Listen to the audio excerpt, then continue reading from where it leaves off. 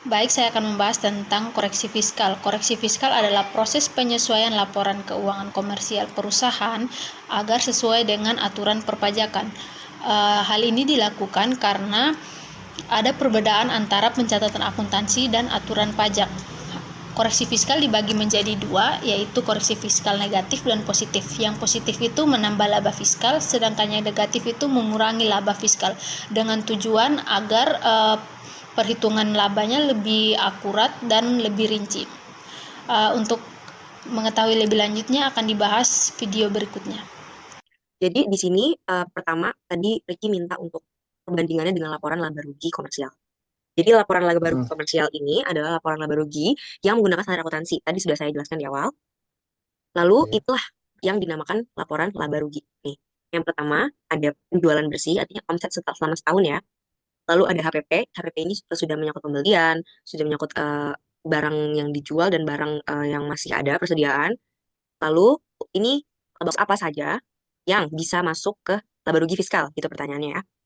Yang pertama, ini kita udah buat ininya ya, udah buat laporannya. Yang pertama ada biaya pajak biasanya. Biaya pajaknya di perusahaan ini pada tahun 2023 diketahui sebesar 10 juta sekian. Itu biasanya untuk pembayaran PPh 21 dan PPh pasal 23. Ini masih koreksi positif, yaitu biaya lain-lain. Biaya lain-lain itu juga bisa ditambahkan ke SPT. Ada sekitar 987.000 ya. Nah, kita masuk ke koreksi negatif. Koreksi negatif ini ada 15 juta.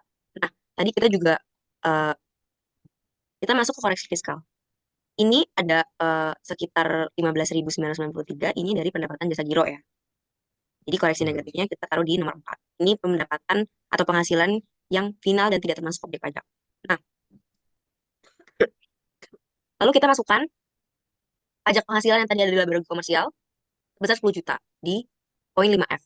Lalu biaya lain-lain kita masukkan di sini, 987.000. Nah, maka eh, penghasilan neto fiskal fiskal yang diakui oleh pajak itu tidak sama dengan yang diakui oleh eh, PSAK. Nih, kalau kita bisa lihat, sorry, eh, tadi kita ulang lagi, laba rugi yang diakui sama PSAK itu ada 212 juta.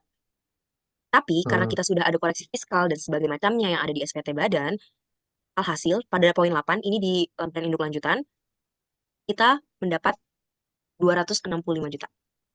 Jadi, Baik. eh, laba rugi yang diakui sama akuntansi secara standar akuntansi dan secara undang-undang pajak itu berbeda. Jadi perbedaannya kenapa ya tadi? Karena ada beberapa koreksi fiskal dari biaya pajak penghasilan. Kalau bisa dilihat di sini ada harta, ada bantuan, ada sumbangan ya kayak gitu itu tuh bisa menjadi koreksi fiskal juga. Kita lanjut.